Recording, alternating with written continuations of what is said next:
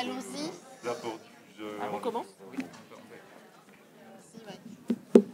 Bien, bonjour à tous, bonjour mesdames, bonjour messieurs. Bienvenue à cette conférence proposée par le ministère des Armées, Entre esthétique et histoire, comment rendre hommage aux morts. Je vous propose de commencer par une présentation de l'ensemble de la table, et puis nous enchaînerons nos interventions en laissant un temps de questions à la fin de nos présentations.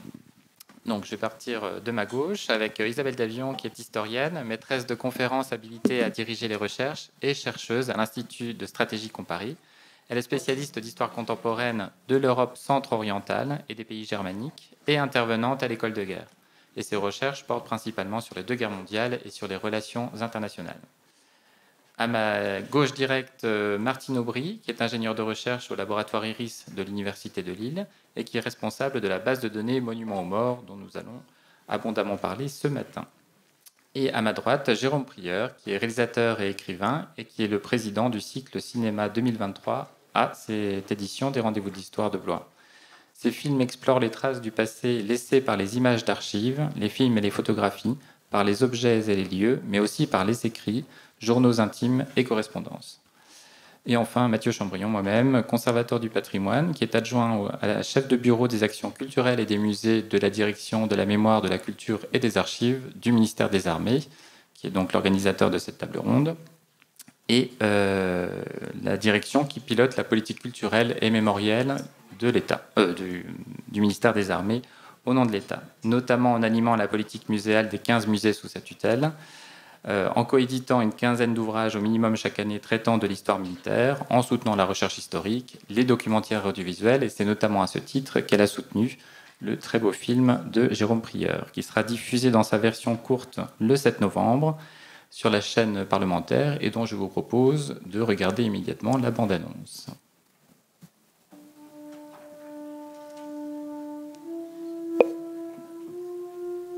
Quelque chose là-dessous voulait vivre. Les morts voulaient se relever. La guerre est finie, hurlait-il.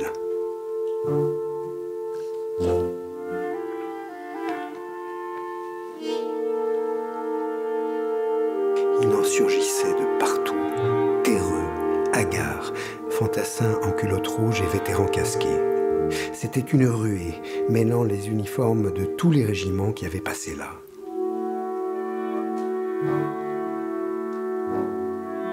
Les revenants se regardaient entre eux, interdits, cherchant en vain des camarades parmi tous ces soldats qu'ils ne connaissaient pas.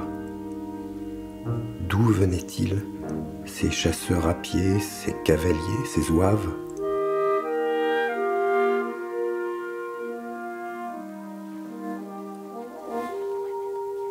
Mais est-ce que cela comptait à présent ?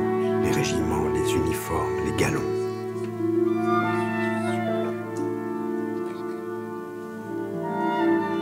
La guerre est finie, hurlait-il. La guerre est finie.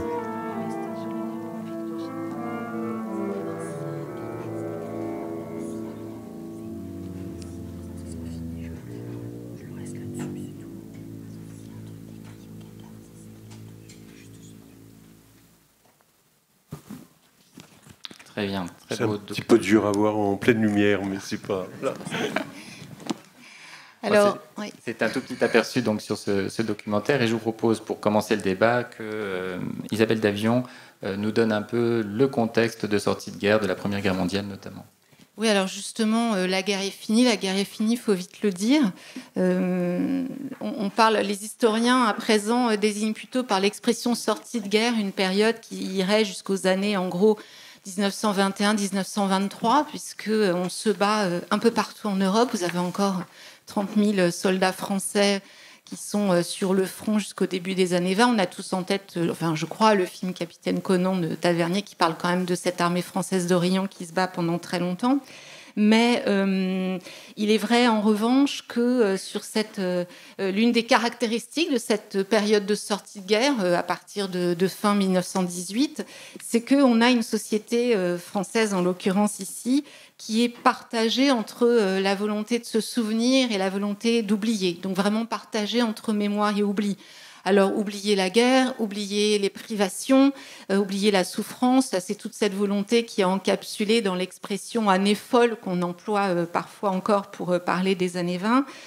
Mais malgré tout, voudrait-on totalement oublier, ce qui n'est pas le cas? Ce serait rigoureusement impossible puisque la mort et le deuil sont bien entendu partout.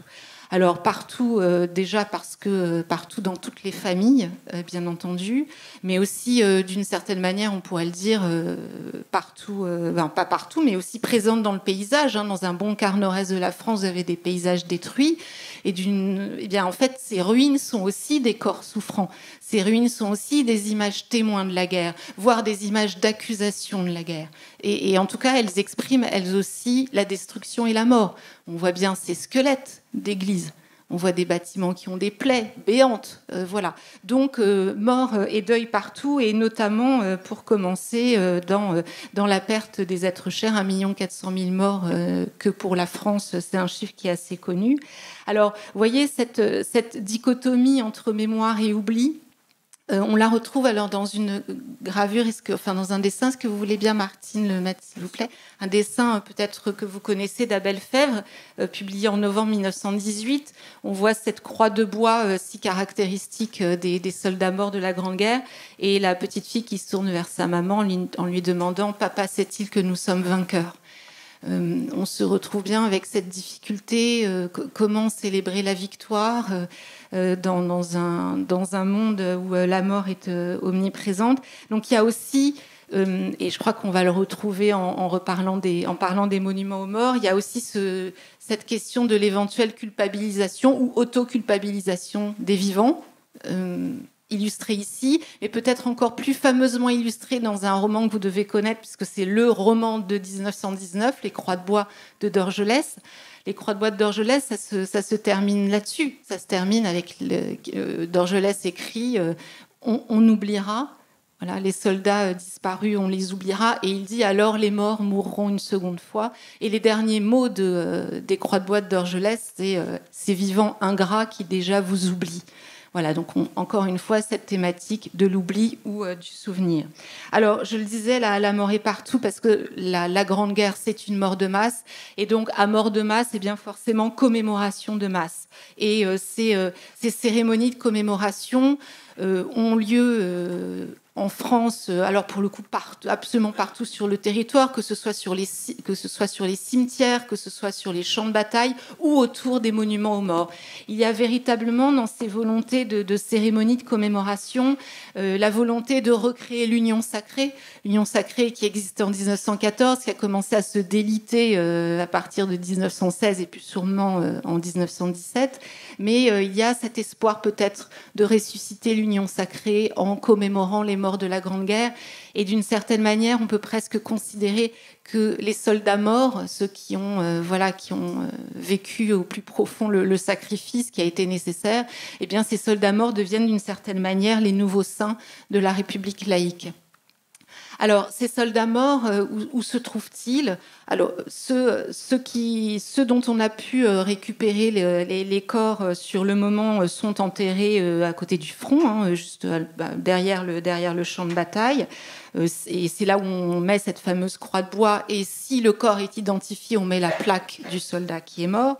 C'est pour ça que l'on va construire à la fin de la guerre les grands cimetières militaires tout le long de la ligne de front, parce que les soldats sont enterrés là où ils sont morts. Il y a l'idée qu'on ne sépare pas les camarades qui sont tombés ensemble, pour commencer. Et puis, par ailleurs, il y a, c'est un débat des années 20, du début des années 20. Est-ce qu'un soldat mort continue à appartenir à son pays ? Ou est-ce que la famille peut le récupérer? C'est un gros débat à la Chambre des députés, notamment soulevé par Barthou, qui voudrait récupérer le corps de son fils décédé. On a par ailleurs des exemples de pères, de familles, qui vont, pendant la nuit, clandestinement, déterrer les restes de leur fils pour les ramener dans les caveaux familiaux. une loi de septembre 1920 finit par autoriser le rapatriement des corps dans les familles, mais ça coûte extrêmement cher, donc ça ne peut concerner qu'un certain nombre de familles finalement assez aisées. Donc normalement, on est enterré dans les cimetières militaires, et puis vous avez tous ces restes tardifs, je dirais, et puis tous ces corps qui n'ont pas d'identité, qui vont se retrouver dans les 4 grands ossuaires nationaux dont on reparlera peut-être. Mais quand je dis ces restes tardifs, il faut bien voir par exemple que sur un champ de bataille comme celui de Verdun, vous avez encore au milieu des années 20 800 personnes qui fouillent le champ de bataille pour exhumer des corps, enfin des restes français comme allemands. Alors pour toutes ces raisons, eh bien, il va y avoir ces monuments aux morts dont on va parler tout de suite après. Vous aurez aussi le soldat inconnu, qui est encore une autre problématique. Mais ces monuments aux morts sont là pour inscrire le deuil des familles. Alors, vous allez le voir tout de suite, je vais céder la parole à Martine Aubry, mais sur ces monuments aux morts, autour desquels se font donc ces cérémonies de commémoration. Le thème, vous allez le voir, le thème le plus courant qui est utilisé dans l'image des monuments aux morts, c'est plutôt l'élan patriotique, avec je sais pas, l'exaltation du sacrifice qui a été celui de la guerre, avec la Minerve casquée, etc. Le poilu, le modèle du poilu fièrement campé et tenant son fusil Lebel. Vous en avez un autre type, moins nombreux, mais qui existe quand même assez massivement, qui met plutôt l'accent et uniquement sur la douleur, à l'image, je pense qu'on le verra, du monument d'Angoulême. Et vous en avez un nombre infime, j'insiste là-dessus, qui sont des monuments pacifistes. Alors, il y a une espèce de distorsion, parce qu'on en parle beaucoup, donc on a l'impression qu'ils le sont tous. Non, non est loin de là, mais un nombre infime. Donc là, c'est l'épée brisée, le point dressé, on en reparlera aussi. Je termine en disant que dans le fond, les monuments aux morts les plus célèbres sont ceux qui hésitent entre les deux, entre l'élan patriotique et la douleur. Et on retrouve cette dichotomie de cette société française des années 20 avec laquelle j'introduisais mon propos. Par exemple, le monument aux morts de Gréber à Beauvais, qui est un des monuments morts, si ce n'est le plus cher, qui a coûté 100 000 francs, alors que les premiers, si vous prenez juste une stèle, c'est quelques centaines de francs. Bien, on verra peut-être. Le monument de Gréber à Beauvais, c'est un soldat qui expire. Donc on est complètement dans la douleur et la perte et le deuil. Mais le soldat, en expirant, reçoit un baiser de la victoire ailée. Voilà. Je propose que Martine Aubry nous dise justement, nous fasse un panorama de l'ensemble de ces monuments aux morts. Expression figée, monument aux morts, on a l'impression d'un type unique, mais je pense qu'on va découvrir une variété bien différente de ce terme uniforme. Oui, tout à fait. Alors, en bonne historienne, je vais d'abord citer la source, c'est-à-dire que c'est la base de données à partir de laquelle on a pu faire un certain nombre de constatations et de remarques. Et donc, cette base est aujourd'hui toujours en ligne. D'ici la fin du mois, elle va changer de prestataire, puisque ça fait quand même 13 ans qu'elle existe. Elle a un petit besoin de rénovation informatique surtout. Donc ici, vous avez donc la source que vous pouvez consulter. C'est une base qui est participative, et ça, depuis le début, on a voulu que tout le monde puisse contribuer à la base. Donc vous pouvez déposer. Si un monument manque dans la base, vous êtes les bienvenus pour y participer. Il y a bien sûr une administration derrière, parce que éviter que des gens malveillants mettent n'importe quoi. Et donc, au départ, elle a été faite sur le territoire français et belge, au départ grâce à la mission du centenaire. Et ensuite, elle s'est étendue en fait au monde entier. Alors bien sûr, on a beaucoup plus de monuments en France et Belgique. Je vous ai mis un petit peu le nombre en France. Alors 51 950 fiches. Depuis hier, on est à 52 000 piles. Donc, vous voyez, tous les jours, en gros, elle progresse d'une dizaine de fiches. et elle s'adresse à tout type de monument, c'est-à-dire que ça va du monument communal, du monument paroissial, scolaire, militaire, autres, et même quelques tombes assez remarquables qu'on peut trouver dans certains cimetières. Alors, tout de suite, la première chose, c'est, en parallèle de ce que Isabelle disait, c'est la première chose que les communes font après la guerre, c'est la décision d'honorer en fait la mémoire de leurs morts. Et le premier acte que font les communes, c'est d'abord de dresser la liste des noms, parce que ça, c'est un véritable travail d'enquête. Dans les territoires où la guerre a eu lieu, c'est un peu le chaos, les villes sont détruites, les instruments de recensement sont détruits, donc c'est un vrai travail compliqué. Et on s'est aperçu d'ailleurs, lors des commémorations du centenaire, que nombre de noms avaient été oubliés dans un premier comptage. Et même encore aujourd'hui, des historiens travaillent régulièrement, et ça c'est formidable, pour dire, bah voilà, il manque un tel, un tel, un tel. Et du coup, ça permet de rajouter des noms, et quotidiennement, il y a des noms qui sont rajoutés sur les monuments. Le deuxième chose, c'est la commune, avec l'aide d'un comité associant, dans certains cas, les familles de défunts, des anciens combattants et autres, de construire ce monument. Et cette construction doit rassembler un certain nombre de critères légaux, pas toujours respectés. Par exemple, il ne devrait pas y avoir de croix latine, mais si vous regardez les monuments, il y en a quand même beaucoup quand vous les parcourez. Ça s'est soumis à l'examen d'une commission d'art qui, là aussi, dont l'avis n'est pas toujours suivi. Et souvent, le résultat de la commission d'art arrive après que le monument a été construit. Donc, mais tout ça permet à la commune, éventuellement, de récupérer des subventions de l'État. Alors, comme disait hier, au pourcentage de morts dans la commune par rapport au nombre d'habitants, voilà, je trouve que c'est un calcul assez désagréable si l'on pense qu'il y a de l'humain derrière. Donc voilà, ça, ce sont les quelques fragments de relevés dans les communes. Et souvent, c'est les mots commémorer, mémoire, hommage à nos glorieux morts et autres. C'est la décision des communes de réaliser cela. Ensuite, une fois qu'ils ont décidé de faire un monument, c'est le choix du statuaire.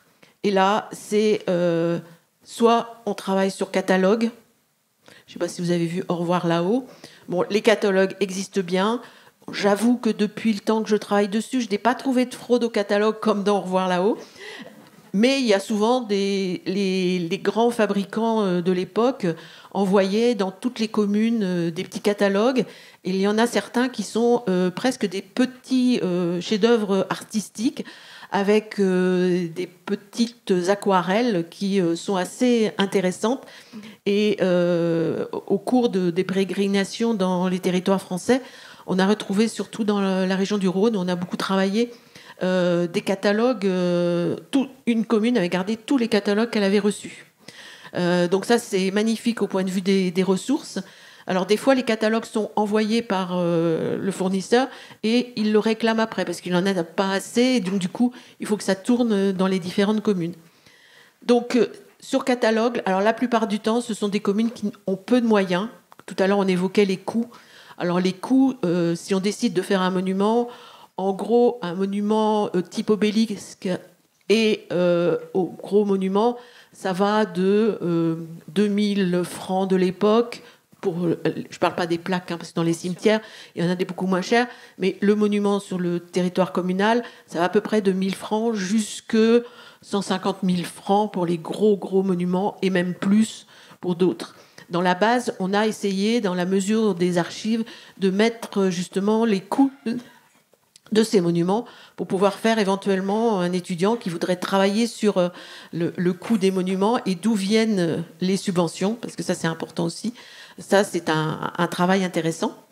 Donc ça, c'est surtout dans les communes pauvres et dans les communes qui ont subi la guerre, parce que les villages étaient entièrement détruits, il y avait les populations, il fallait qu'elles retrouvent un toit. Donc le monument, la commune y consacrait quelque chose parce que les gens y tenaient absolument. Mais voilà, ils ont pris des catalogues pour aller moins cher. Sinon, après, il y avait ce qu'on appelle des concours. les communes organisaient des concours d'art, et à ce moment-là, on pouvait candidater. Par exemple, pour Lille, il y a 3 projets qui ont été présentés. À Lyon, il y en a eu 6. Et à chaque fois, des gros dossiers de projets qui sont examinés par la commission qui a été constituée, et ainsi de suite. Et on en choisit un. Et à partir de ce moment-là, on commence à partir sur l'élaboration du monument. Alors, voilà, je vous mets là, ici, quelques catalogues qui sont parmi les plus importants. Alors, la région du Nord a fourni de nombreux monuments dans toute la France, et même de temps en temps à l'étranger, puisque je crois que c'est Gaudí-Rambaud, il avait une succursale en Belgique, donc ce qui fait qu'il a également érigé un certain nombre. Dans le film de Jérôme Prieur, vous verrez quelques pages du catalogue de Valdône, qui est une fonderie qui proposait un certain nombre de ces monuments. Donc après, les voici.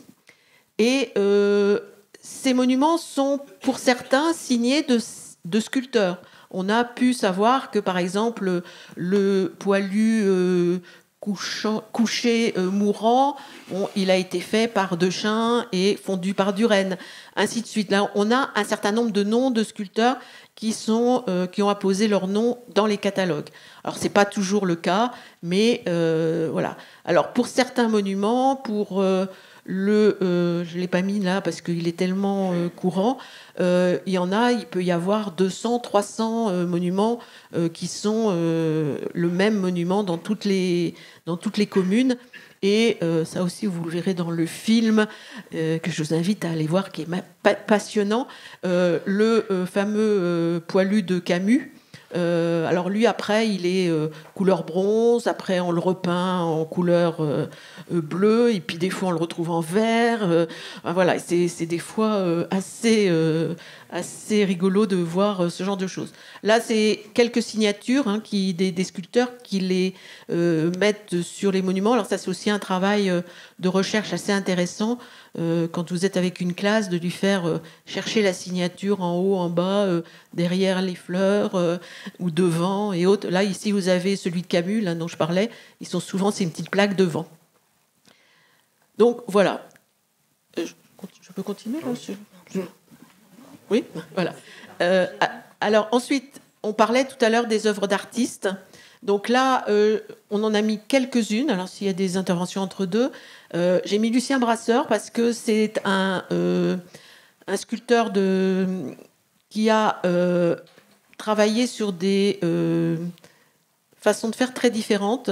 Il a travaillé à Tourcoing, qui est un monument assez monumental, et là, qui a été sculpté sur place. C'est-à-dire qu'ils ont amené les pierres dans la forme prévue à la fin de la sculpture, et ensuite ils ont mis des baraquements en bois et ils ont sculpté sur place le monument. Et c'est un monument qui a eu quelques péripéties parce que sa décision a été faite dans les années 20, mais il a été inauguré que dans les années 35 à cause de qualité de pierre qui était défectueuse, et c'est vraiment quand même intéressant de voir tous les péripéties de ces monuments.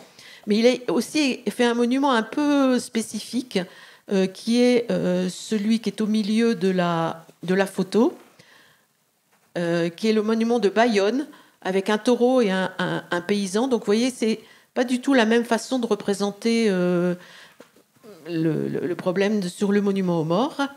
Donc ça, c'est un des sculpteurs que j'avais sélectionné pour nous. Alors là, peut-être qu'entre deux, on pourra intervenir sur Paul Landowski, donc là, qui lui a également fait Les Fantômes, qui est vraiment magnifique. Et là, ce sont voilà, je vous en ai mis 3. Il y a Bordeaux, Paris, et donc Les Fantômes qui se situent dans l'Aisne à Oulchy-le-Château. Voilà. Ensuite, alors celui-là, on a un petit faible, Jérôme et moi-même, c'est Gaston Broquet. Alors Gaston Broquet, il a fait la guerre, et là, c'est quelque chose qu'il faut vraiment être intéressé là-dessus, c'est qu'il représente des choses qu'il a vécues. Et donc, du coup, l'animation, si l'on peut dire, du monument est vraiment complètement différente. Et là, vous avez les 3 que j'ai sélectionnés, c'est-à-dire Paris-Val-de-Grâce. Vous avez 2 poilus qui transportent leur amis dans un brancard de fortune. Et quand vous voyez le monument, vous voyez nettement qu'ils ont un mal fou à s'extirper de la boue qui colle à leurs chaussures. Vous avez ensuite celui de Châlons-en-Champagne, qui est appelé les patrouilleurs, je crois, si je ne me trompe pas. Et là aussi, la boue est présente. Et un autre qui est complètement différent dans sa conception, c'est celui de Ligny-en-Barrois, en 55, où là, vraiment, le poilu gît la tête contre le sol. Et dans le film, c'est assez poignant de voir cette personne. Dans un livre qu'on avait fait au moment du centenaire, 36 000 cicatrices, je ne sais plus s'il est encore disponible, il y a un sculpteur qui avait fait un petit article sur le monument et la boue, et c'était assez intéressant justement de voir cela. Est-ce que je peux intervenir? Exactement, c'est ce que j'allais proposer.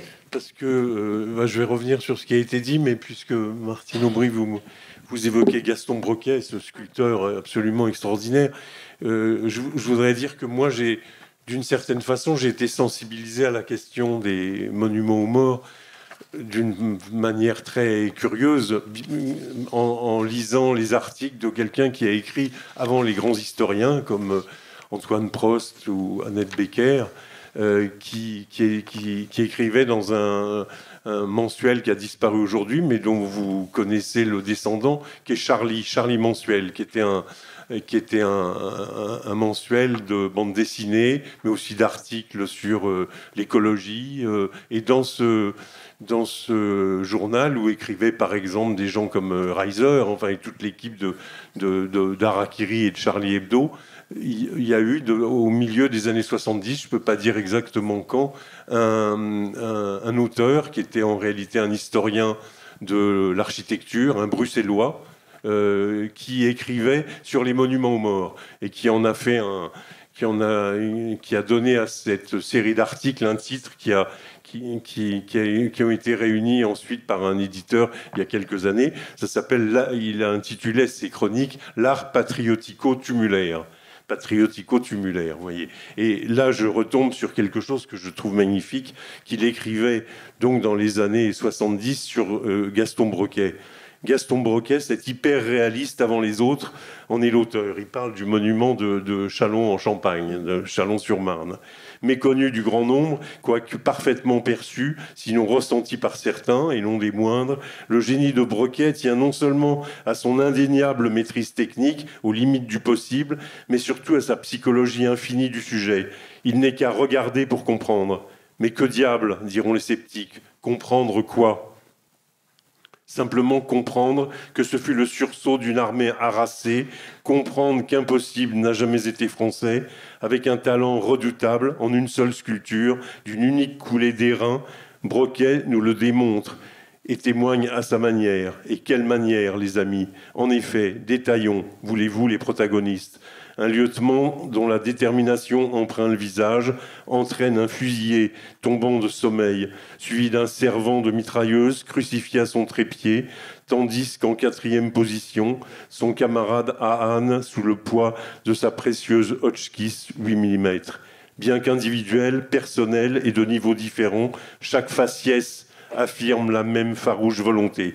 Et c'est la marque du chef-d'œuvre. Cette volonté apparaît, nuancée pour l'un ou pour l'autre, de fatigue, de souffrance ou de rage, voire dans le cas de l'officier, noblesse oblige, de froide sérénité.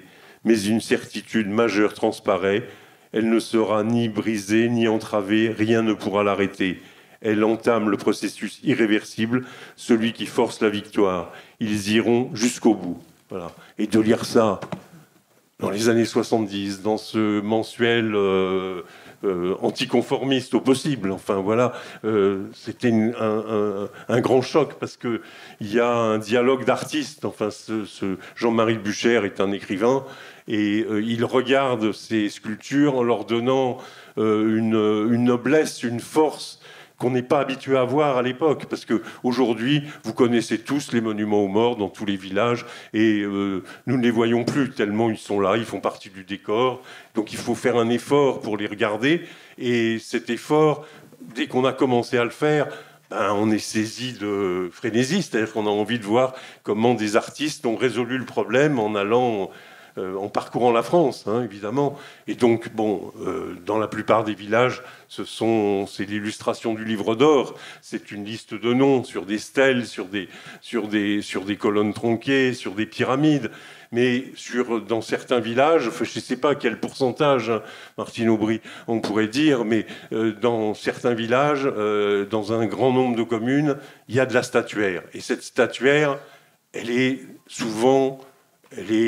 c'est de l'ordre du cliché.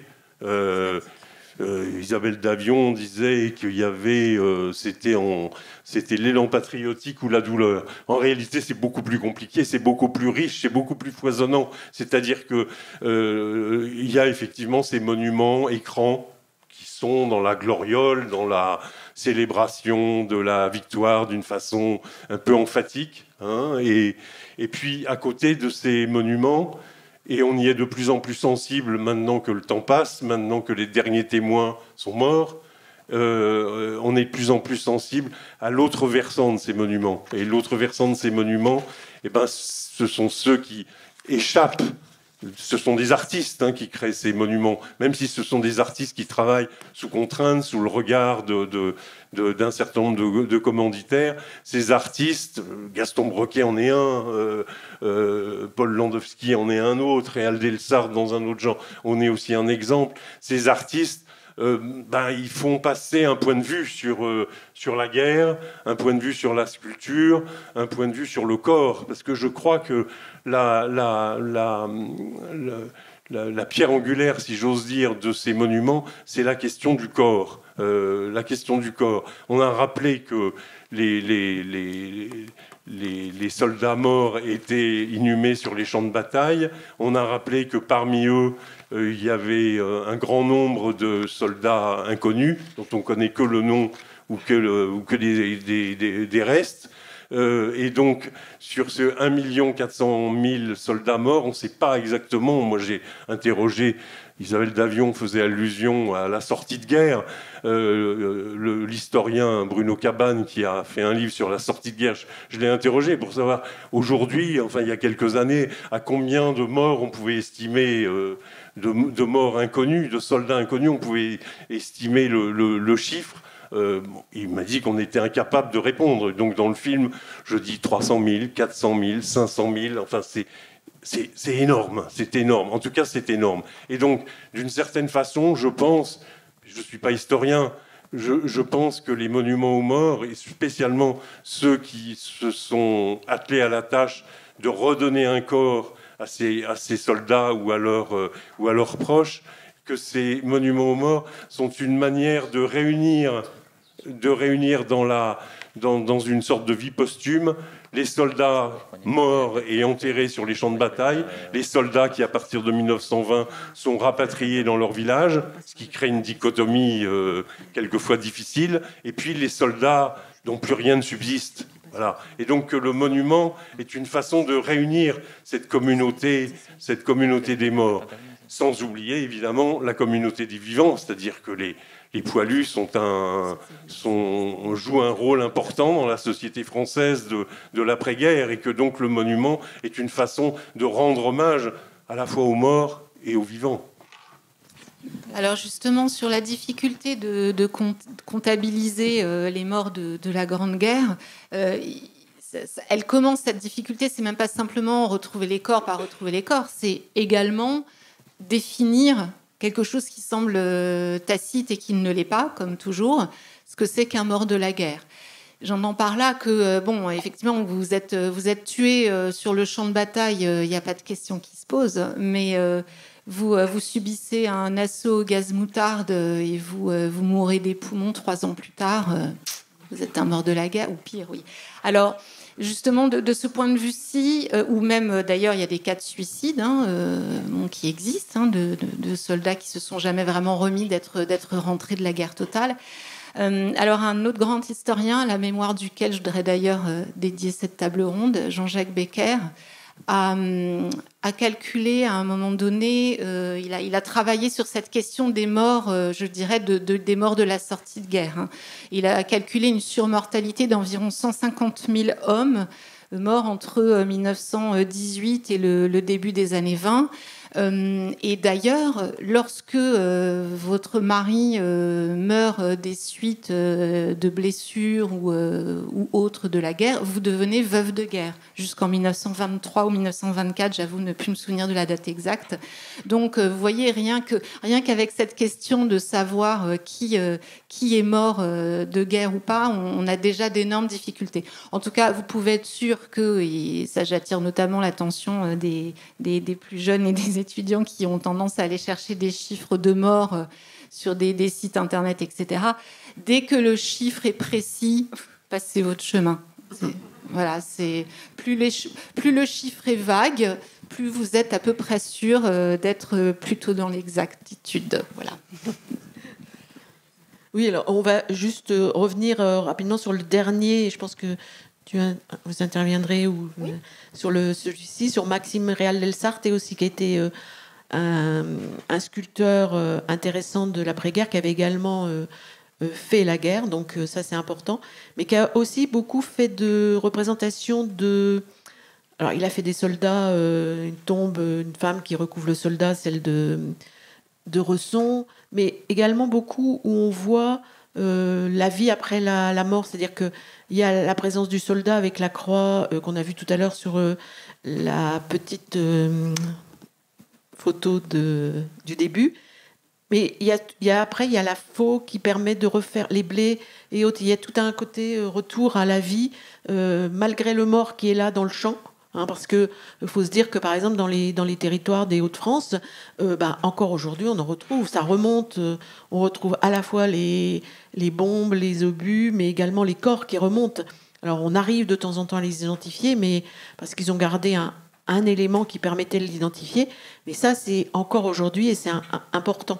Et donc, je pense que sur Réal-Delsarte, vous voulez quelque chose. Tout à fait. Notamment, alors, je pense, ça me donne l'idée d'une illustration sur ces morts qui sont identifiés très tardivement. Donc, deuil partout, toutes les familles sont touchées, et vous le savez, parce qu'on l'a tous fait, quand vous regardez certains monuments aux morts, et vous avez des familles entières, le même nom de famille qui s'accumulent. Là, vous voyez qu'il y a des familles qui ont encore plus donné que d'autres, et on en a des exemples parmi les personnalités. Paul Doumer qui a perdu ses 4 fils au front, voilà. Et on a aussi d'ailleurs, c'est très compliqué pour un historien, à mon avis c'est impossible, mais ça n'engage que moi, très compliqué de travailler sur le deuil et de comprendre comment est-ce que les individus font leur deuil, ça vraiment. Mais en l'occurrence, on a des exemples parmi les personnalités. Émile Durkheim qui est littéralement mort de chagrin.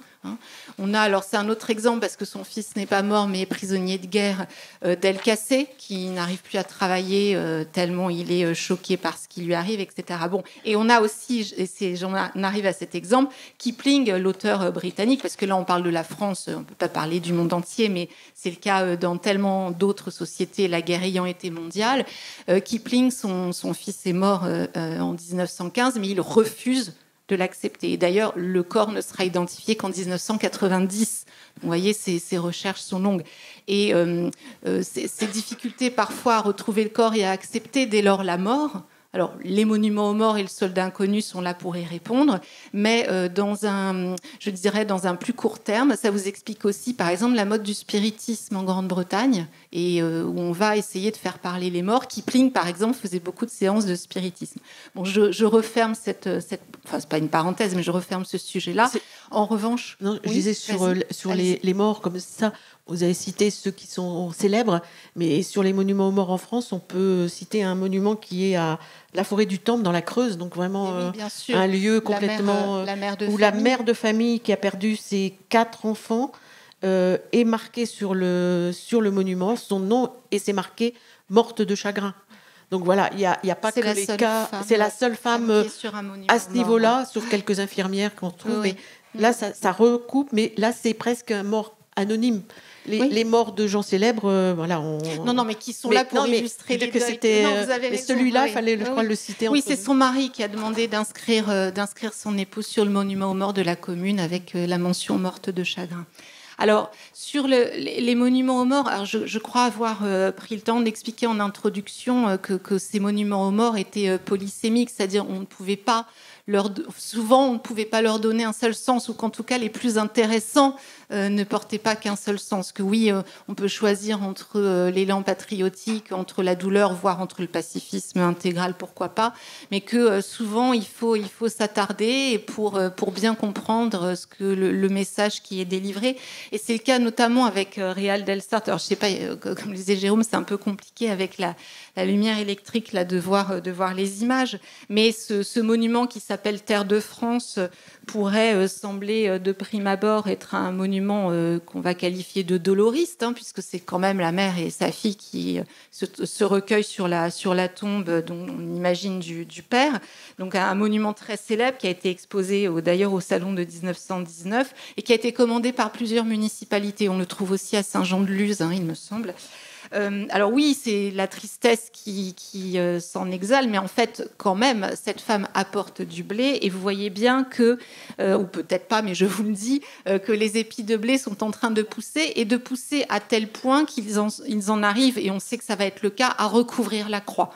Voilà. C'est pas encore tout à fait le cas, mais par définition, ça va l'être si l'on regarde bien ce monument. Et il y a beaucoup ce thème-là du blé sur les monuments aux morts. Donc il y a vraiment quand même l'idée, en fait, que oui, il y a eu la mort, mais que le sang des morts vient faire renaître la terre de France. Voilà, la France, d'une certaine manière, ressuscite du sang des morts. Et d'ailleurs, Réal Delsart, autant vous dire que c'est pas un pacifiste acharné, bien au contraire, ancien royaliste plus ou moins repenti. Il a été président des Camelots du Roi, et c'est un patriote acharné. Et lui-même a perdu un bras au front, mais il l'a dit aussi derrière, s'il fallait y retourner, j'y retournerai. Donc ce monument qui parle de tristesse et de deuil, en fait, parle aussi de régénérescence. Merci. Alors du coup, au sein de ce corpus qui est foisonnant et très divers, comment avez-vous pu déterminer quel monument faire ressortir, Jérôme Prieur, dans votre documentaire ? Je vais passer entre-temps des photos spécifiques, parce que sinon, on serait trop long. Pour dialoguer avec Isabelle Davion, je lui ferai remarquer quand même que ça c'est de l'ordre du discours, mais il y a un conflit entre l'image et le discours. Et par exemple, Réal Delsart, ce sculpteur, il a fait à peu près le même monument dans l'Hérault, à Ganges, une petite commune de l'Hérault. Et dans cette commune, le fils regarde sa mère comme ça, mais il n'y a pas de blé. Enfin, voilà. Donc il y a un discours de consolation, mais il y a une réalité de l'image qui fait sentir autre chose que ce que le monument, ce que la sculpture dit. Je prendrai un autre exemple. On a beaucoup parlé de Gaston Broquet parce qu'on est très attaché à son œuvre. Il y a un monument qui a été évoqué où Gaston Broquet représente carrément, je dirais, un mort allongé, recroquevillé. Et la commune qui lui a commandé ce monument a fait intervenir, alors je sais pas l'histoire, il faudrait regarder si c'était dans le projet initial ou si c'est une compensation, mais montrer un mort, montrer un cadavre, ça n'a rien d'absolument évident, même si il s'agit de ça au fond à travers les monuments aux morts. Mais ce cadavre est très réaliste, quoi, qui est étendu et posé sur une sorte de petit autel qui est maintenu par deux pleureuses. C'est-à-dire qu'il y a vraiment un double discours. Il y a un discours patriotique, antiquisant, de consolation, et puis il y a une image d'un réalisme très violent, très violent. Et donc, pour en revenir à votre question, comment j'ai procédé ? J'ai procédé... je ne sais pas par où commencer parce que c'est une question vaste, mais en tout cas, j'ai procédé au coup de cœur, quoi. C'est-à-dire qu'il y a des monuments littéralement sidérants. Aujourd'hui, sidérants. On a beau se dire qu'ils sont partout à travers la France. Il y en a certains, on les regarde, et c'est incroyable. incroyable. Alors, il faudrait montrer des images, c'est ce que je sais pas.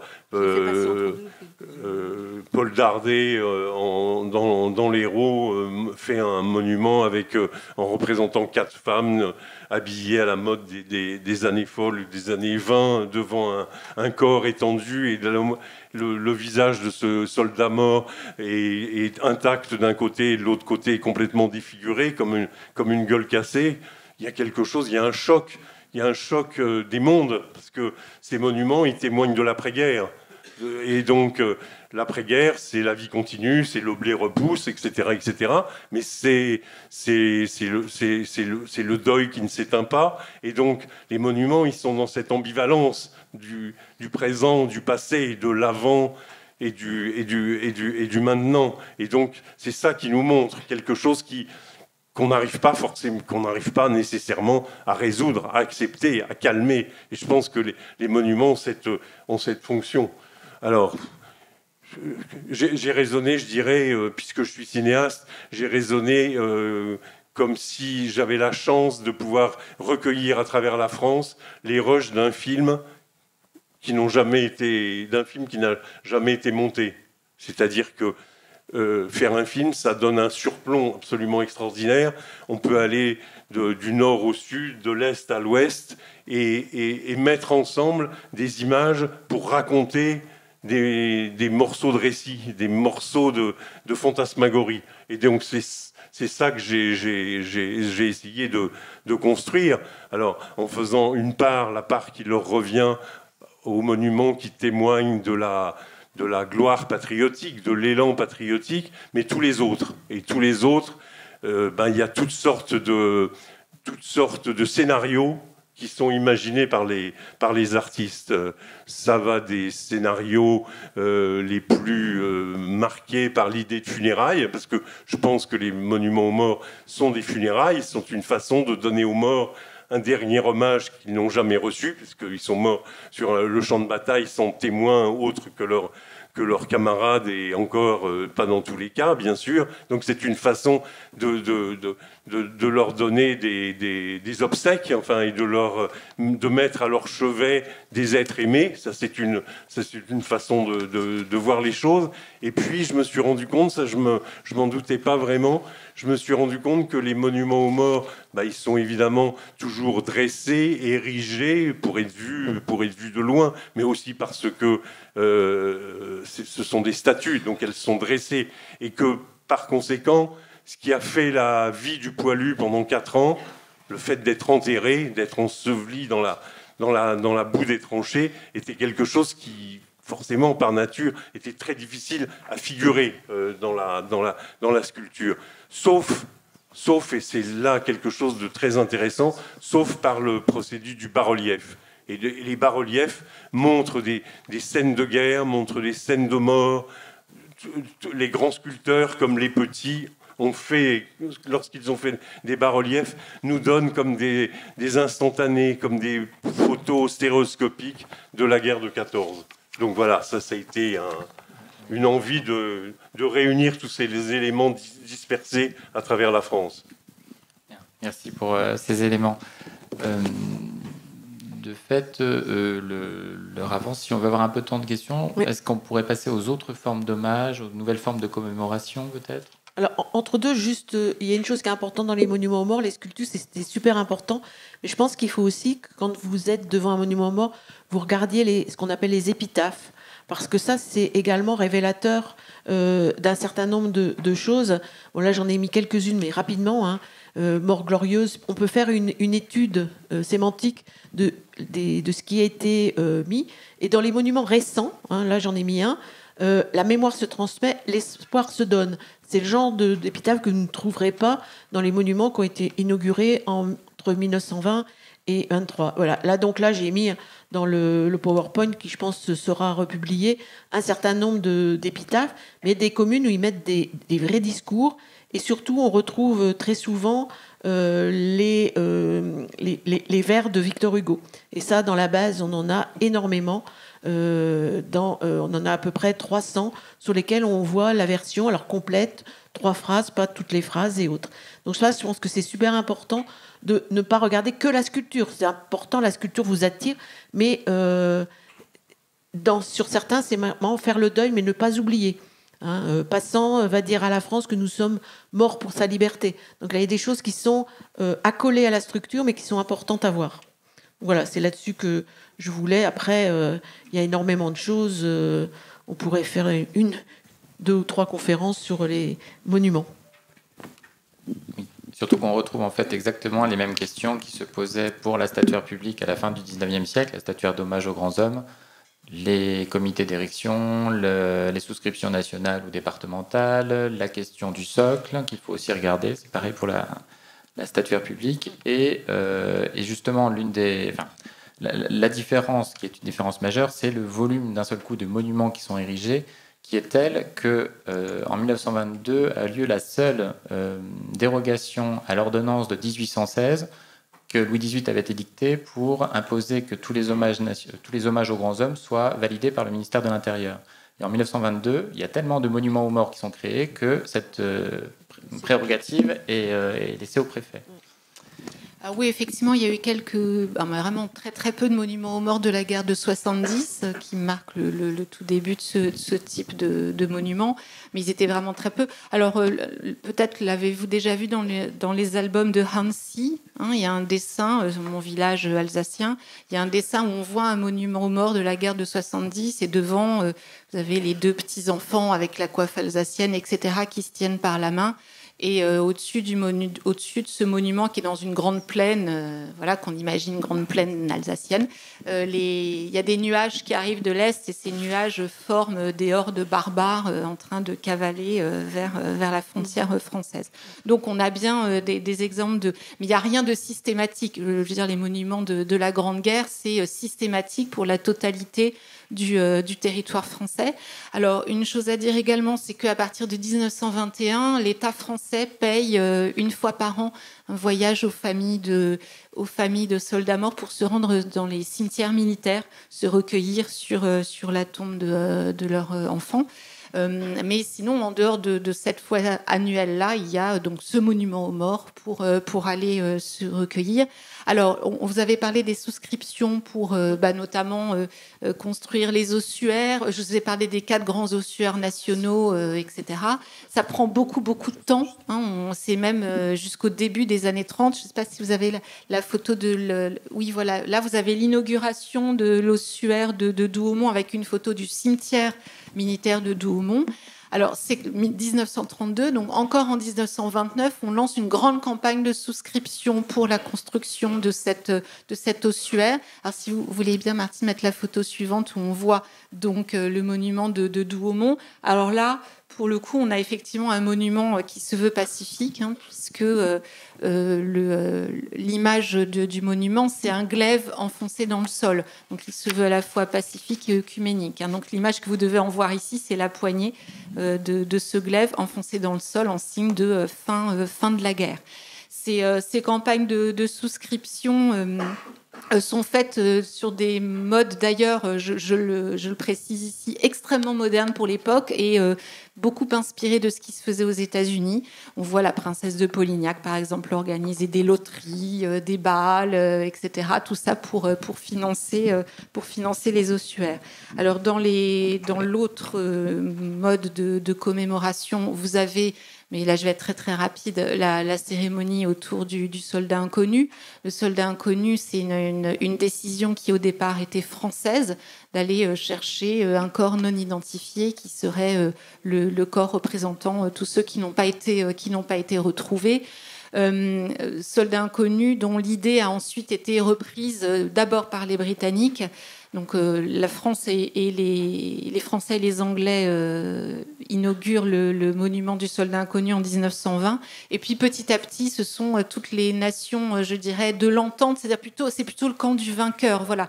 Le rite du soldat inconnu, c'est plutôt un rite de victoire. Donc vous allez retrouver des soldats inconnus en Pologne, en Tchécoslovaquie, parmi tous ces États successeurs de l'Empire austro-hongrois.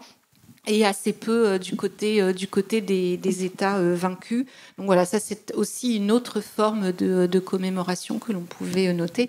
Et pour un dernier élargissement, on a des monuments aux morts, mais vous l'avez vu sur la carte présentée par Martine Aubry en début de table ronde. Mais là, je vous ai mis par exemple, oui, le monument aux morts, on est à Sydney, donc en Australie. Alors avec une petite quand même particularité qui est que pour les Britanniques et puis pour les Australiens, donc pour le Commonwealth derrière, on ne parle pas de monuments aux morts, mais on parle de war memorials, c'est-à-dire de monuments de guerre. Donc c'est pas tout à fait la même chose. Et notamment, par exemple, c'est d'où la taille d'ailleurs du monument aux morts ici justement pas du war memorial de Sydney, c'est qu'on y porte les noms de tous ceux qui sont partis, pas des morts, de tous les soldats qui sont partis, et y compris donc ceux qui reviennent, et les blessés, les invalides ou les bien portants. Donc ça, c'est quand même une petite différence. Et puis pour les nations qui se sont battues très loin de chez elles, je pense ici par exemple aux Américains, vous avez à New York le monument aux morts des soldats tombés à Château-Thierry, voilà, qui se trouve dans le Bronx. Voilà. Évoquer les gens qui étaient partis et revenus, qui sont marqués sur les monuments-là. On en trouve sur certains monuments aux morts en France. On l'a trouvé tout à fait, c'est très rare, dans la région du Rhône, justement, où sur le monument aux morts sont ceux qui sont morts. Et à côté, il y a 2 petites stèles avec tous ceux qui sont partis, mais qui sont revenus. C'est assez rare, mais on le trouve quelques exemples. C'est rare parce qu'en France, comme vous le savez, les hommes sont partis parce qu'ils étaient obligés de partir. On ne va pas relancer la querelle, contrainte et consentement, mais enfin, ils sont quand même partis parce qu'ils étaient obligés de le faire, et que c'est généralement dans les pays qui sont des armées de volontaires où on note le volontariat en mettant le nom de tout le monde. Alors, juste une petite incursion sur les monuments aux morts à travers le temps, rapide. Hein. Là, je vous ai mis 3 photos. Le monument aux morts de Berg, dans la région du Nord, et où le soldat a été créé pour la guerre 14, et les trous qu'on trouve sur sa capote, en fait, sont des trous de la Deuxième Guerre mondiale. Ce qui veut dire que la mairie n'a pas restauré le monument en témoignage des problèmes des 2 guerres. De même, à Trévière, dans le Calvados, où une femme était représentée pour le monument aux morts de 14, et elle a perdu, à cause d'un éclat d'obus, une partie de la tête. Et en fait, là aussi, la municipalité a décidé de ne pas restaurer pour être le témoignage, justement, de la Deuxième Guerre. Et en même temps, ça a un côté gueule cassée, sans l'avoir voulu au départ. Et du coup, ce monument n'en est qu'encore plus important. Les choses aussi, dans le remaniement de l'espace public des monuments aux morts, ils ont subi dans plusieurs communes des déplacements successifs. Parce qu'ils étaient placés à un endroit où c'était dangereux, on ne pouvait pas circuler autour, parce que ceci, cela. À Chaponneau, dans le Rhône, le monument, il a fait 3 fois le tour de la place. On aurait presque pu le mettre sur roulette pour pouvoir le déplacer à chaque fois. Mais qui, moi, m'a assez... je trouvais que c'était tout à fait dommage, c'est à Besançon. À Besançon, le monument aux morts dont vous avez la photo que j'avais réussi à prendre avant son démantèlement, était très symbolique. C'est-à-dire, il y avait une urne en haut, il y avait une vierge avec ses enfants un peu style Pietà, et puis 2 soldats avec des régiments de chaque côté.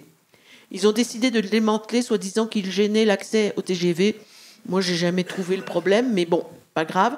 Et ils en ont fait ce qu'ils appellent à un moment donné, qui était très à la mode, c'était un jardin du souvenir. C'était dans les années 2012.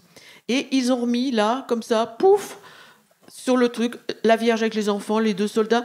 Et du coup, ça perd d'une symbolique et d'une émotion d'une époque.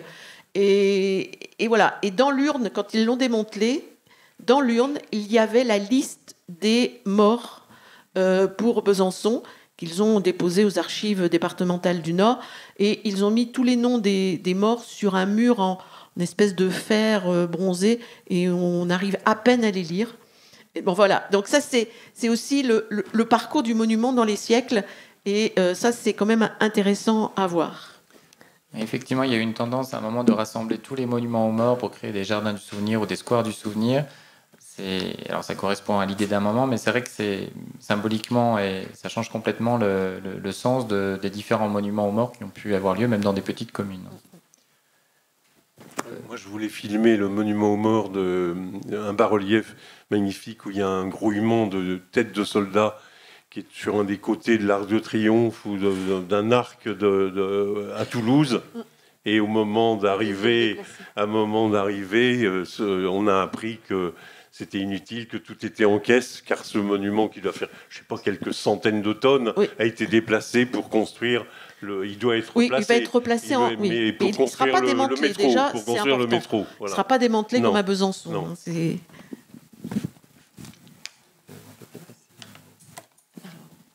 Oui, donc les formes les plus actuelles pour achever avant les questions cette table ronde avec l'exemple de l'anneau de la mémoire.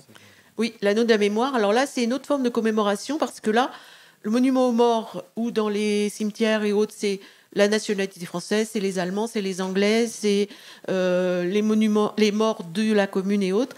Là, il y a eu une volonté du département à l'époque, puisque c'était uniquement Nord-Pas-de-Calais, de réunir sur un seul lieu, juste à côté de Notre-Dame de Lorette, qui est un vrai cimetière militaire avec tout ce qui... Juste à côté, un anneau de la mémoire avec tous les noms des morts tombés sur le territoire du Nord-Pas-de-Calais, qu'ils soient français, anglais, allemands et autres, belges et autres.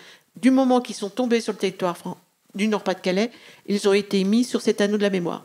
Alors certains trouvent que ça peut être une polémique, mais c'est une nouvelle forme de commémoration pour les morts d'aujourd'hui. Mais cela dit, dans l'ossuaire de Douaumont, qui a récupéré les restes des champs de bataille, à moins d'être... oui, mais là, il y a des vraies récupérations allemands, quoi. Alors que là, c'est juste tous les noms, quoi. C'est un peu différent. Enfin, je veux dire, en tout cas, il y a déjà un lieu à Douaumont où les Français et les Allemands sont enterrés ensemble. Voilà. Alors donc là, c'est ce qu'on appelle les circuits du tourisme de mémoire. Alors on a l'air de penser que c'est récent, mais en fait, le tourisme de mémoire, rapidement, ça a été fait tout de suite après-guerre. Vous avez eu des guides Michelin qui ont été édités dans les années 1920 pour permettre aux gens d'aller sur les lieux. Et dans ces guides, on voit des images assez intéressantes. On voit les villages détruits, la progression, c'est vraiment intéressant. Et il y en a eu sur un certain nombre de places. Ce qui est intéressant d'ailleurs, c'est de regarder les guides de l'époque français et les guides allemands, notamment sur Verdun. Chacun dit que c'est une victoire. Donc c'est une victoire allemande et c'est une victoire française. Cela dit, c'est encore le cas à l'heure actuelle. Voilà, et donc je vais vous laisser la parole sur la dernière nouvelle récente. Oui, toute nouvelle, puisque 139 sites funéraires et mémoriels de la Première Guerre mondiale, du Front Ouest, en France et en Belgique, viennent tout juste d'être inscrits sur la liste du patrimoine mondial de l'UNESCO. C'est une nouvelle qui date de moins de 2 semaines. Voilà. Et donc, juste la dernière slide avant la discussion. Oui. Excusez-moi. C'est le graphisme de la nouvelle base de données qui sera normalement effective à partir de début novembre. Et donc là, on a changé le nom de la base qui s'appelait au départ Monument aux morts et là, on a appelé Patrimoine mémoriel des guerres, justement pour qu'on puisse bien montrer qu'il n'y a pas que des monuments aux morts. Voilà. Je vous propose d'ouvrir la discussion. Si vous avez des questions dans la salle, oui.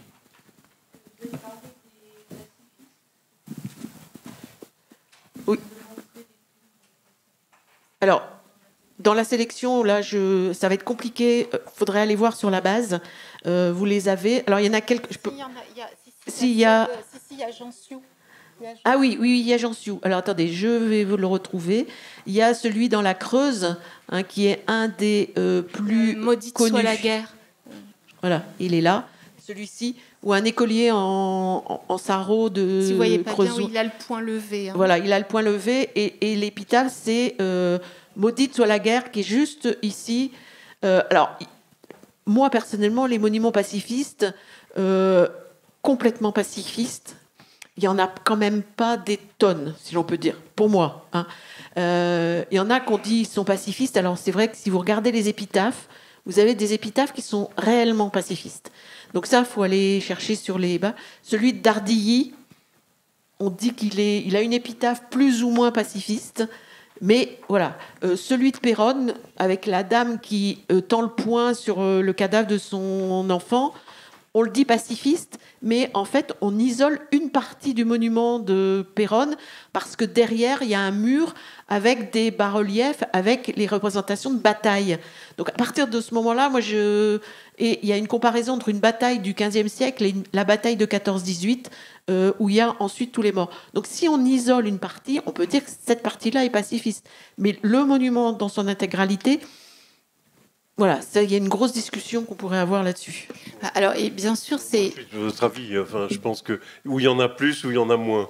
C'est-à-dire que pour beaucoup de monuments, la guerre n'est pas célébrée comme un événement heureux. Et donc, forcément, il y a des représentations de cette douleur et de cette violence qui a causé la mort d'être proche. Et donc, ceux qui sont radicalement pacifistes, enfin, qui affichent cette opinion politique, finalement, on en fait grand cas aujourd'hui parce que ça a l'air de détonner complètement par rapport à l'ensemble des monuments aux morts. Mais je trouve que moi, je souscris tout à fait à votre vision des choses. Donc, ce que je voulais dire, c'est que ils sont extrêmement rares pour une simple et bonne raison, c'est que le monument aux morts est aussi quand même là pour essayer de donner un sens au sacrifice qui a été consenti. Or, un monument ultra-pacifiste, parce que ce qu'on appelle pacifisme, en fait, ici on entend ultra-pacifiste, c'est de dire qu'ils sont morts pour rien. Et ça, si c'est pour dire ça, c'est en fait traumatiser encore plus la société française. L'idée, c'est d'essayer de donner un sens et de dire que voilà, justement, ils sont morts pour une raison que l'on essaye d'expliquer. Donc c'est pour ça que c'est... Après, voilà, les monuments, alors, qui sont totalement uniquement sur la bravoure, l'élan patriotique, c'est assez rare. Et sinon, pour tout le reste, ils sont d'une certaine manière tous pacifistes dans le sens où ils déplorent la perte. En revanche, l'ultra-pacifisme, si c'est pour dire qu'ils sont morts pour rien, ça ne sert plus à rien, le monument, en fait. Vous avez une question par rapport vous avez surtout parlé en fait de la commémoration en France. Est-ce que c'est la même chose, par exemple, parce qu'on retrouve les mêmes types de commémoration en Allemagne, par exemple? En Allemagne, c'est plus compliqué. En Italie, on trouve des monuments aux morts communaux. En Belgique, en Espagne, même en Australie ou en Nouvelle-Zélande et autres, vous verrez dans la base. Les Allemands, c'est compliqué. Déjà, hier soir, c'était une question. C'est compliqué quand on a fait au moment de la commémoration de la Première Guerre mondiale, les cérémonies du centenaire, merci. Ça a été très compliqué d'arriver à faire des collaborations justement avec les Allemands parce qu'ils n'ont pas la même façon de concevoir le monument. Oui, des monuments aux morts, il y en a en Allemagne, il y en a également en Autriche, mais ils sont beaucoup moins nombreux, ils sont moins systématiquement érigés qu'ils ne l'ont été en France, pour la raison aussi que, d'une certaine manière, j'en reviens à l'idée aussi du sens du sacrifice et d'une certaine manière de marquer, c'est aussi une façon de marquer la victoire, si possible, voilà. Mais vous en trouvez. Alors, en revanche, encore plus compliqué sur les commémorations de la Grande Guerre, c'est la figure justement du soldat inconnu dont je parlais tout à l'heure, qui était considéré comme un rite de vainqueur. Mais petit à petit, on voit quand même, parmi les pays vaincus de la Grande Guerre, la volonté d'ériger un monument aux soldats inconnus. Donc on va en trouver petit à petit en Hongrie, etc. Mais alors pas en Allemagne, pour la simple raison que... Alors, il y a eu quand même. Il y a un projet au milieu des années 20, on l'oublie souvent, mais au milieu des années 20, la France et l'Allemagne se sont réconciliées. Et l'un des gestes qui a été prévu pour marquer cette réconciliation franco-allemande en 1924-1925 a été l'idée de prendre un soldat inconnu franco-allemand C'était un projet qui venait de Cologne, dont le maire était Konrad Adenauer, et on aurait récupéré les restes d'un soldat, sans doute à Verdun, et on l'aurait immergé au milieu du Rhin, pile entre les deux rives françaises et allemandes. Mais le temps de réfléchir à ce projet, c'était déjà trop tard. Et en l'occurrence, après, dans les années 30, il était devenu absolument impossible d'avoir un soldat inconnu en Allemagne parce que Adolf Hitler était lui-même le soldat inconnu mort mais vivant. Si vous comprenez ce que ça veut dire, welcome. Il y en a une là.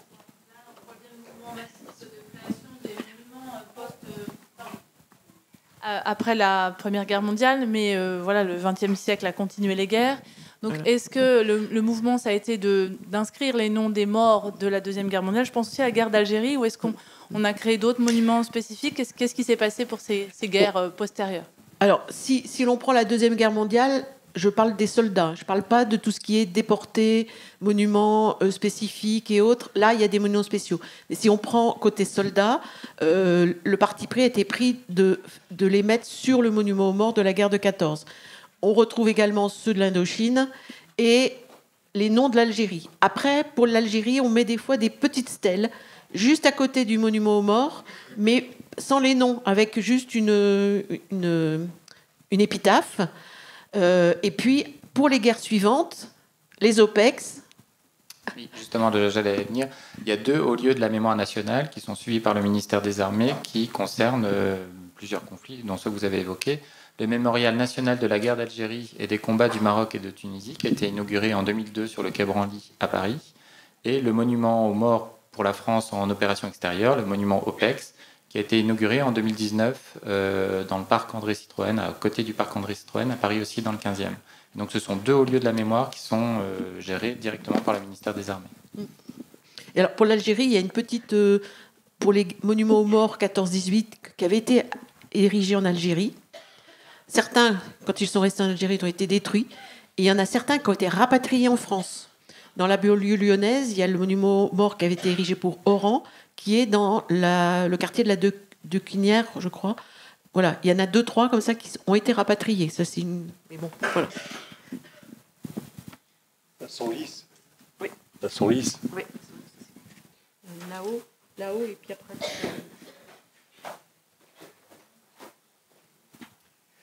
Bonjour, je voulais revenir aux inscriptions sur les monuments aux morts de la guerre 14-18. Sur la commune de Martigues, sur le monument aux morts, il y a écrit 14-19.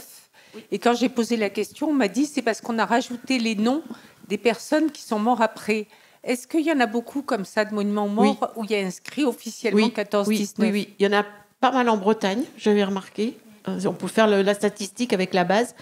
Mais en fait, 19, la guerre n'est pas complètement terminée, si je m'entends bien. Donc, tout juste du côté français, mais sur le front français, mais sur le front de l'Ouest. Mais de toute façon, même sur certains monuments où il y a écrit 14-18, il faut comprendre 14-18 comme étant un moment global, si vous voulez, une espèce, comme on va dire, je sais pas, la Renaissance ou la Révolution française.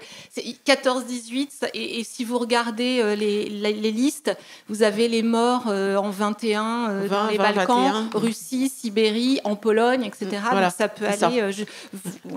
Et de plus, dans certains monuments, vous avez des noms qui ont été rajoutés et vous regardez la date de mort, comme on disait tout à l'heure.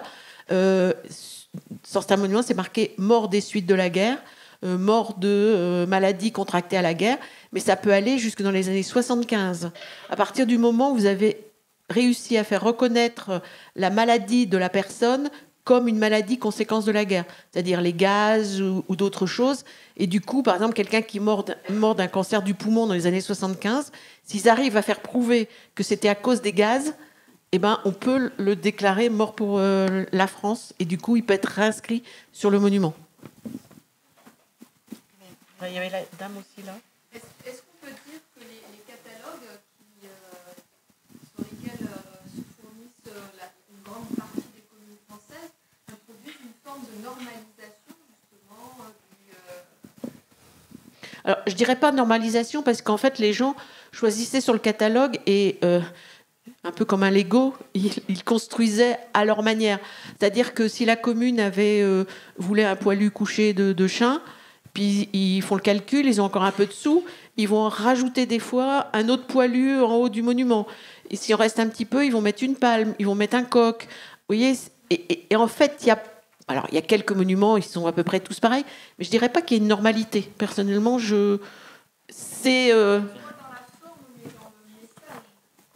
Oui, il y a une uniformisation. Un peu. Forcément, puisque c'est toujours à peu près les mêmes catalogues.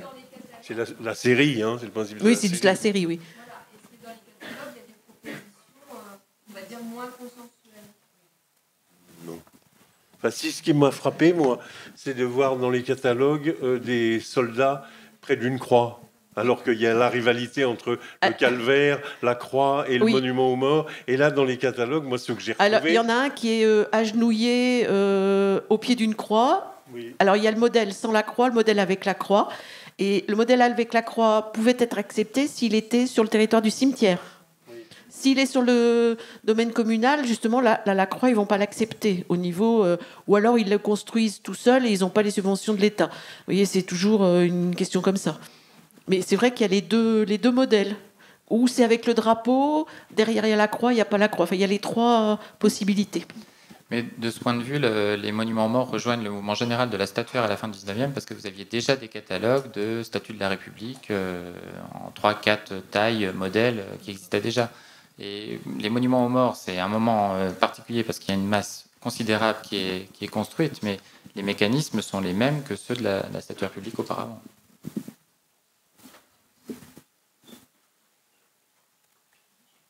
D'ailleurs, pour la statuaire publique, c'est les mêmes éléments, c'est-à-dire la reproductibilité. Vous avez plusieurs statues, on est en Val-de-Loire, il y a plusieurs statues de Jeanne d'Arc qui sont faites sur le même modèle à la fin du 19e siècle.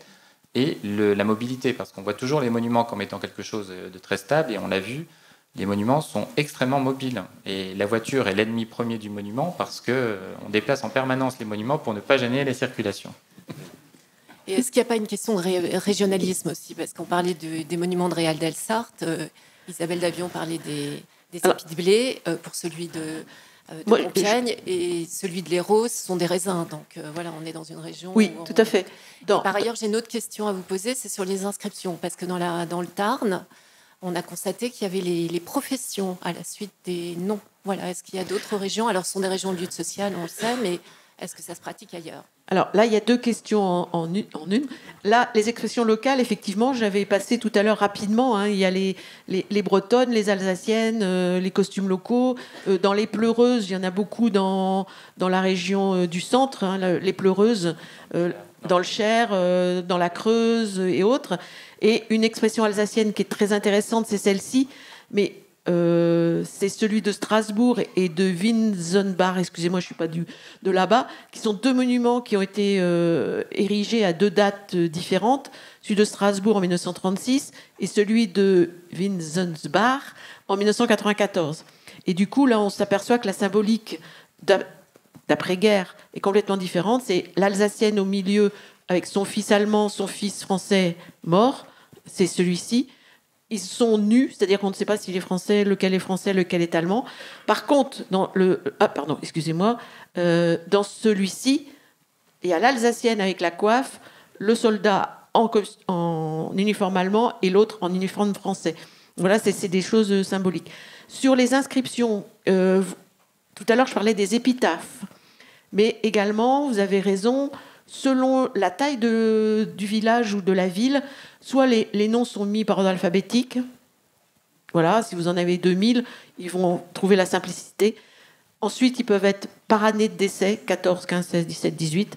Et dans certains villages, vous avez le curriculum vitae complet du mort. C'est-à-dire que vous avez sa date d'incorporation, vous avez son régiment, sa date de mort, quel âge il avait, et quelquefois, il y a la profession. Voilà. Donc ça, c'est les noms des morts. C'est pas le même que les inscriptions que je considère que sont les épitaphes. Et là, c'est vrai qu'on aurait aussi pu faire des statistiques là-dessus. Les deux dernières questions. Bonjour. Est-ce qu'on dispose de données statistiques sur le nombre de fusillés, pour l'exemple, qu'on a pu remettre sur certains monuments aux morts? Oui. C'est une question purement statistique. Hein, oui. Alors, il y a eu deux choses. Il y a eu les communes qui les ont mis quand même s'ils n'avaient pas le droit de les mettre. Ça, on en a relevé quelques-uns. Et après, effectivement, dans les ajouts de noms, il y a eu, quand ils ont été réhabilités, on les a rajoutés sur certains monuments. Et je crois qu'à Suippes, il doit y avoir un monument spécifique. Hein, c'est ça, hein. Il y en a un spécial qui ont été fusillés pour l'exemple. Je crois que c'est à Suippes, à vérifier dans la base. Parce que pas tout non plus en tête. Juste une remarque par rapport à Lorette. Il y a aussi... là. Donc, par rapport à Lorette, on peut voir aussi la religion qui peut être mise... voilà.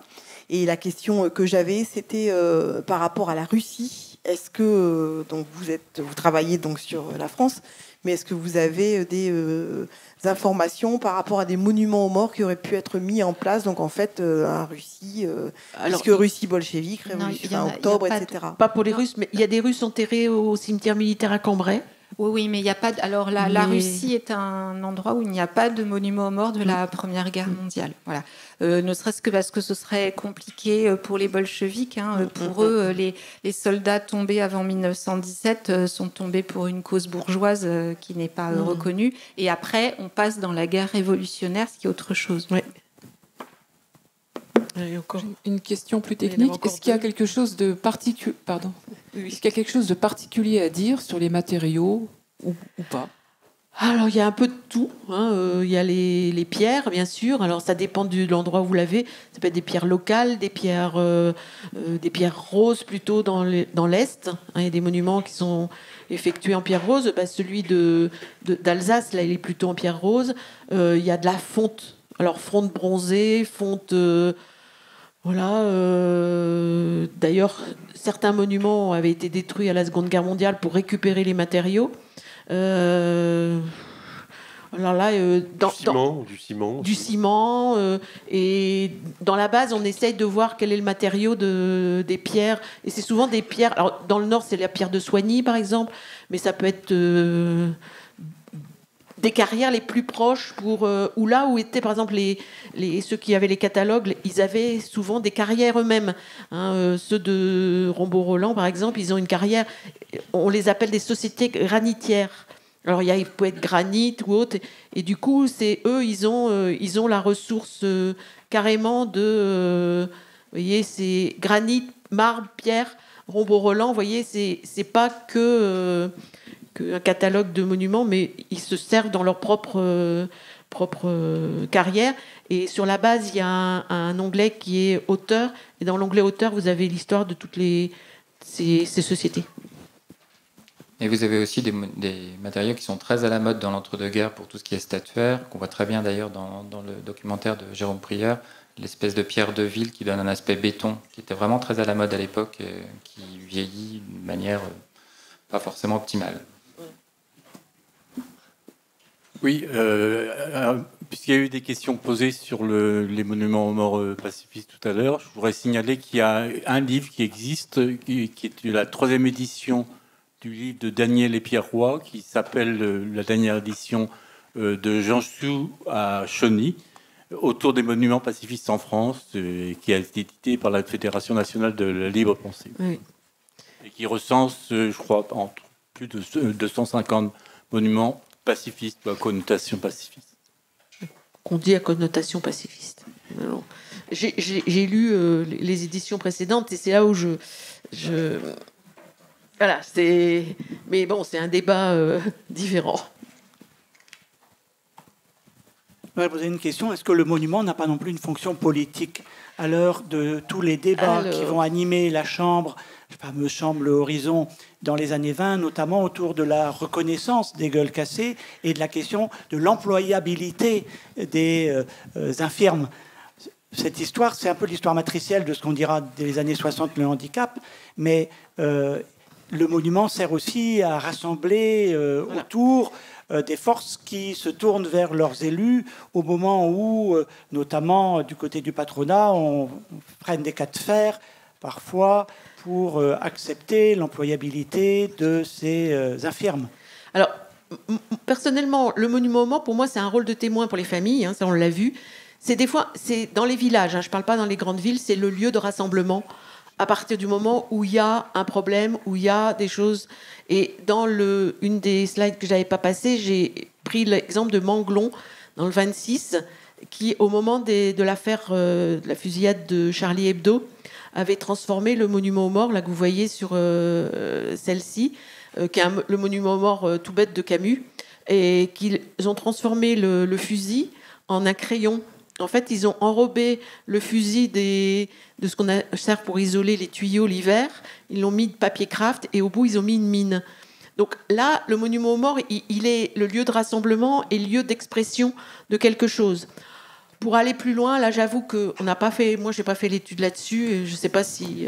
Non, juste pour dire que sur les 14 000 gueules cassées en France. Il y a eu un gros débat au départ, c'est-à-dire que par rapport aux manchots ou aux autres blessés qui sont revenus avec un membre en moins, les gueules cassées au départ ne devaient pas bénéficier de pension d'invalidité. Parce que même avec une gueule cassée, vous pouvez toujours aller à l'usine, il n'y a pas de problème.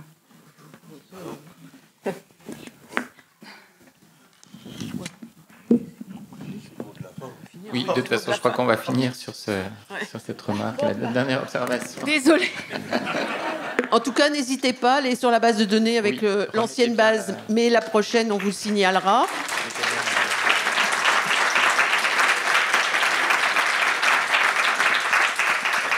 Et vous êtes tous amenés à y participer. Merci. Merci beaucoup. Bonne fin de journée. Bon rendez-vous d'histoire.